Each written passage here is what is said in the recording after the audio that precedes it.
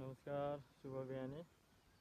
म चाहिँ अहिले खोटाङ जिल्लाको खोट्याङ गाउँपालिका वडा नम्बर 8 अन्तर्गत छु र जुन यो तपाईँले भिडियोमा देख्दै हुनुहुन्छ यो खोलाभन्दा पारिपट्टिको फाँड चाहिँ यो 7 नम्बर अन्तर्गत पर्दछ भने यसका जग्गाधनीहरू चाहिँ अधिकांश खोट्याङ गाउँपालिका वडा नम्बर 8 अन्तर्गत का हुनुहुन्छ र यो वल्लो भूभाग चाहिँ यो सबै खोट्याङ गाउँपालिका वडा नम्बर 8 अन्तर्गतै पर्दछ। यहाँ चाहिँ हाम्रो 2 बाली धान लगाउने गरिन्छ।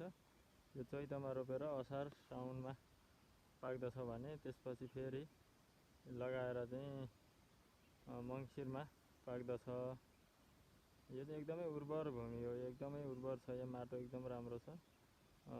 हामीले चाहँदा गर्दाखेरि चाहिँ 12 महिना यहाँबाट उत्पादन लिन सकिन्छ।